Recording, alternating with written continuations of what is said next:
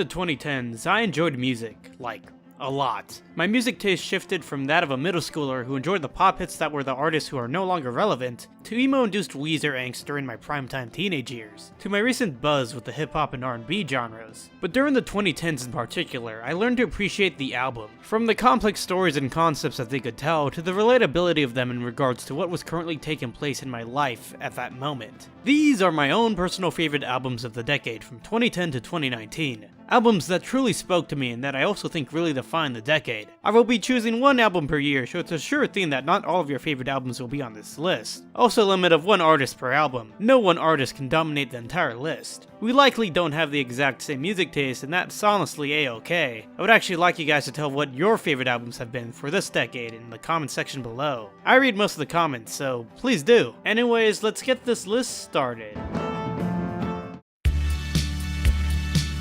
I'm already breaking the rules. The year 2010 offered two incredible records that I see as an essential tie in terms of their value. First, let me discuss the band I'm well acquainted with. Gorillaz' Plastic Beach is an ambitious successor to Demon Days. It invokes an environmental message that is still as relevant and as contemporary today, and an engrossing product that feels complete with an overarching narrative. With musical guests that don't overstay their welcome, great tracks of note include Rhinestone Eyes, Superfast Jellyfish, Empire Ants, Melancholy Hill, Plastic Beach, and the closer, Pirate Jet. Plastic Beach was created during a time of economic turmoil following the 2008 recession, in the same year as the BP oil spill. It views the world through a lens of a pessimist, with harsh criticisms in terms of the state of the environment, capitalist society, and people in general. Might even make a standalone video on this album in particular in the future. My other favorite album of the year 2010 is Kanye West's epic known as his beautiful, dark twisted fantasy. A combination of some of the most famous artists of the time. I listened to this album earlier this year and I honestly don't know why it took me so long to. The opener, Dark Fantasy, is soaring.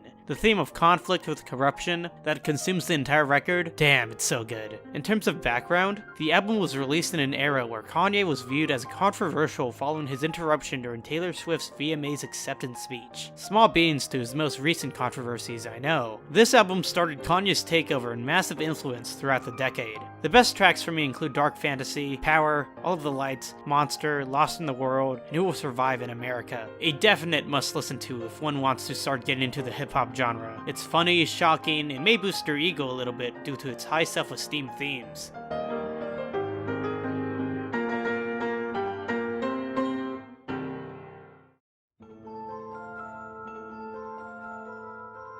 If I have to hear High Hopes one more goddamn time, I'm going to fucking scream. Pray for the Wicked is an alright record, but in my opinion it pales in comparison to Panic at the Disco's earlier discography. I think Death of a Bachelor is fantastic, but my all-time favorite of theirs is their 2011 record titled Vices and Virtues. Listen to this back in middle school, made me think about a girl I liked. Listen to it now makes me wonder why I compared a prostitute depicted in Mona Lisa to this girl I liked. I'm going to admit this right now. The reason why this album is my favorite of 2011 is because of how it spoke to me back then. Nostalgia is a hell of a driving factor in this personal list. Favorite songs from here include The Ballad of Mona Lisa, Let's Kill Tonight, Hurricane, Memories, Ready to Go, Sarah Smiles, and Ever Since We Met. Sarah Smiles actually used to be my favorite song ever back in middle school. It's beautifully written and lyrically clever. It remained my favorite song for a while actually until I overplayed it to death. The finale, Ever Since We Met, and how it echoes the opener. God, it's so good. I'm a sucker when it comes to albums echoing earlier songs found within the record. Vices and Virtues was a masterpiece in the lens of my eyes when I was a middle schooler, and even today it gives me goosebumps. Give it a listen if you're tired of the new Panic at the Disco.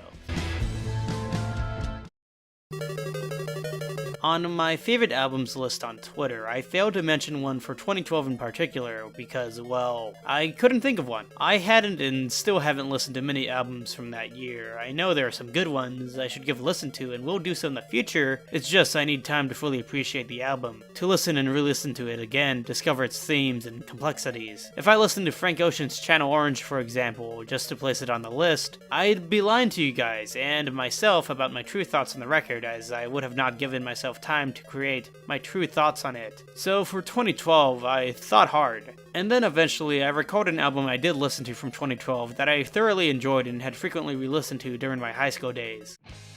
Enter Real Big Fish's Candy Coated Fury. Compared to other artists on this list, the band Real Big Fish is more on the obscure side. To clue you in, Real Big Fish is a ska punk band originating from Orange County, California. If this were the year 2002, you would totally be into them. Although not my favorite album from their discography, that would be their record, Cheer Up. Candy Coated Fury is another fun time for the band that provides a lot of laughs and cries for help. Favorite songs include Everyone Else is an Asshole, She's Not the End of the World, I Know You Too Well to Like You Anymore, I Dare You to Break My Heart, Famous Last Words, and I Promise. It's rude, in your face, and the definition of what makes ska punk so outrageous and charismatic, with triumphant trumpets found in Don't Stop Skanking, and self-deprecating lyrics sprinkled all throughout the album. It's quite depressing, but yet also optimistic, if that makes any sense. However, just because this album is my favorite of 2012 doesn't mean it's fantastic. Hiding in My Headphones, the 6th track on the record, for example, is a terrible song with an annoying chorus and vocals.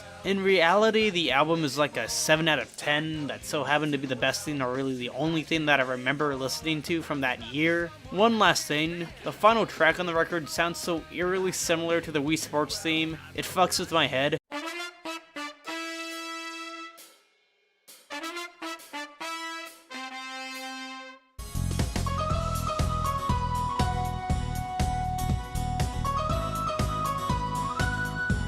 Give this album a listen if you're itching for a hit of ska punk.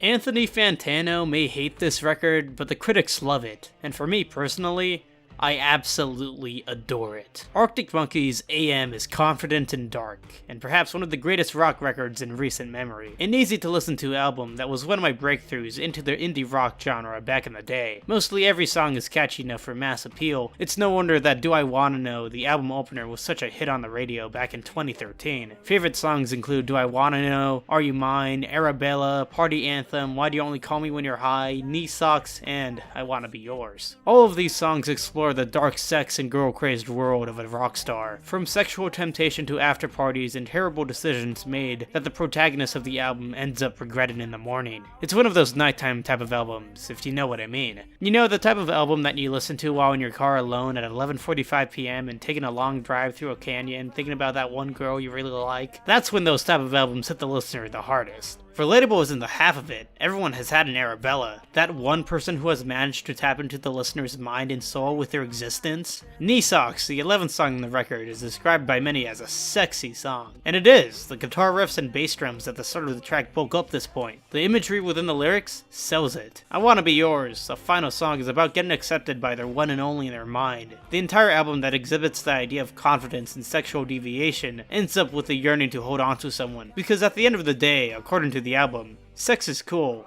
but sex with a connection? It's hell of a lot better.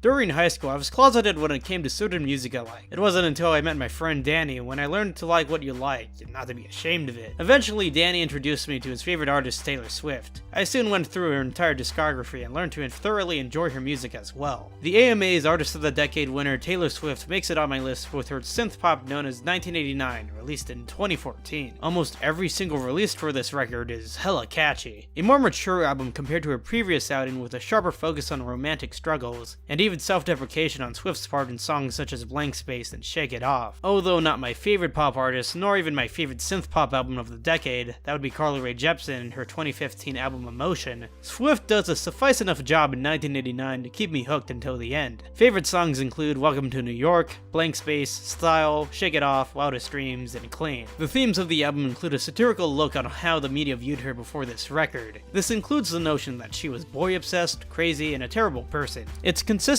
dramas include the distinction between fiction and reality, of what her dream relationship is and how that can never be achieved. The record is also about accepting oneself and ignoring critics of yours that try to rebuke her personality with false accusations. Honestly, her music is easy to listen to and I like it, not ashamed to admit it. Same can be said with Billie Eilish and her new album this year, which I also thoroughly enjoyed. Listen to this one if you want a taste of one of the most influential artists of the decade.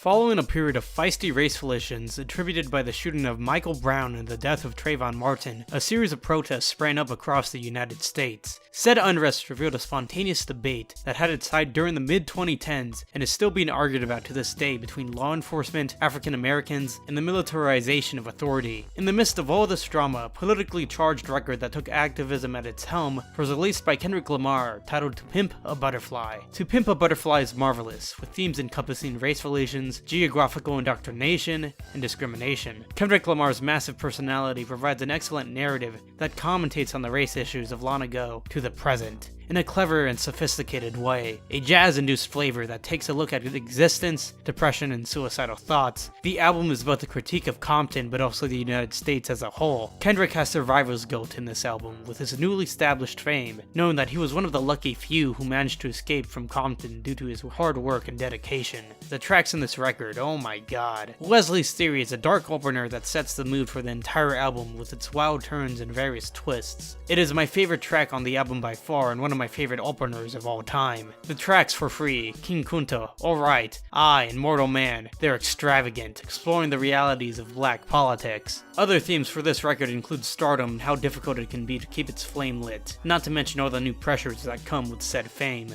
Honestly, I could go on and on about this one, and perhaps I may in the future, but in the end, To Pimp a Butterfly will be known as one of the most defining records of the 2010s.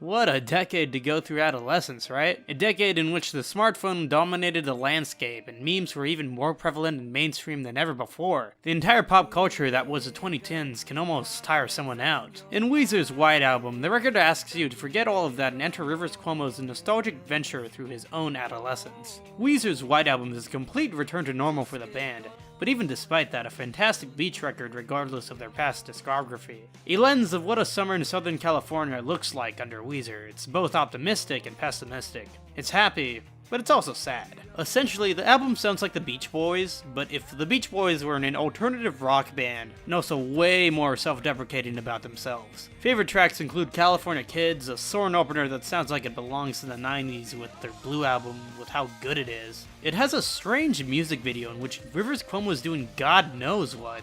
Damn Daniel appears in this video, so that's all you really need to know. Damn Rivers, back at it again with the Ray-Bans. Damn, Daniel. Thank God for Girls, LA Girls, and Jacked Up are also pretty up there. Endless Bummer, the album's closer, is my favorite on the record. Wraps up the entire thing perfectly with a chilling guitar solo at the end. That's almost as good as Only in Dreams from the Blue Album. Great record. Check it out if you're craving a beachy or summer type of feel. I'll be going more in detail about this one later in the future.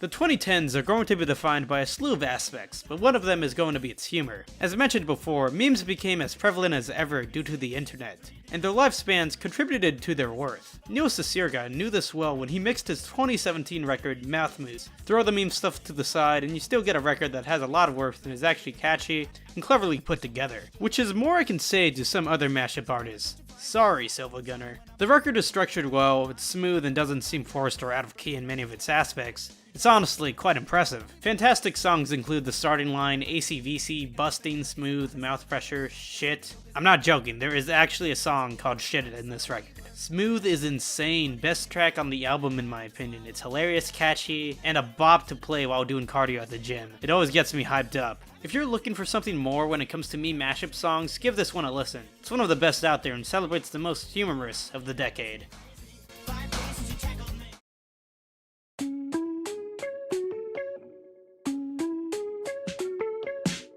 21 Pilots has come a long way since their 2011 album, Regional at Best, which only managed to sell 3,000 copies. Since then, they've managed to go platinum over plenty of times and star in massive arena tours across the globe. Not to mention provide the world with such singles such as Stressed Out, Ride, and Heathens, songs that will stand out forever when people look back at this decade. However, since their 2013 record Vessel, their growth as a band has been upward. Vessel was the first general introduction to them, while Blurryface explored the band's lore. Trunch continues to explore this world conquered by Dima, and and in the end, ends up becoming Top's finest record. I really think they managed to fully become their own in Trench and truly establish themselves as one of the most unique bands out there. The album explores various insecurities, including topics such as mental illness, faith, and suicide. It also tackles various genres with forms of alternative rock that include distorted guitar, rap, and pop, among other genres. To explain the entire plot of the album would be trying to explain quantum physics in under a minute. Just know that you don't have to listen to their past two records in order to fully appreciate this album. Favorite songs include Jumpsuit, which flawlessly transitions into Levitate. I love it when records manage to do that well in their concept albums. Morph, My Blood, and Chlorine are great. Ned, who appears in Chlorine's music video, oddly resembles Baby Yoda. Smithereens, Neon Grapestones, The Hype, Nico and the Niners, Pet Cheetah, Legend, and Leave the City. Oh my god, there is so much good in this album, it's insane. The songwriting is the best it's ever been, and the overall narrative doesn't intrude too much on the story. Truly remarkable. I know for some of you might not be too into Top or what they have provided before, but trust me, this one is good.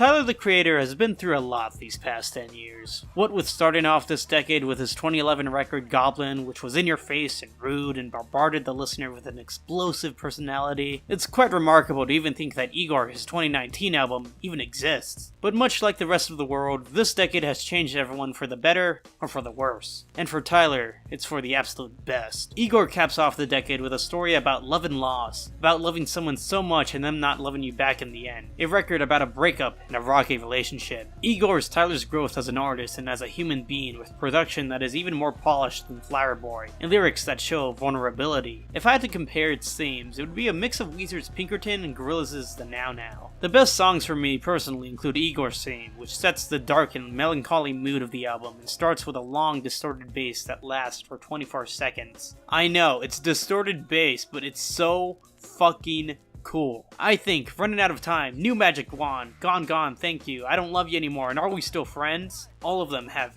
fantastic production. Are We Still Friends could quite possibly be my favorite closer of any album this past decade. The screeching by the end of the song is so haunting. A fantastic way to end the decade. Give it a listen if you're new to Tyler and want an introduction.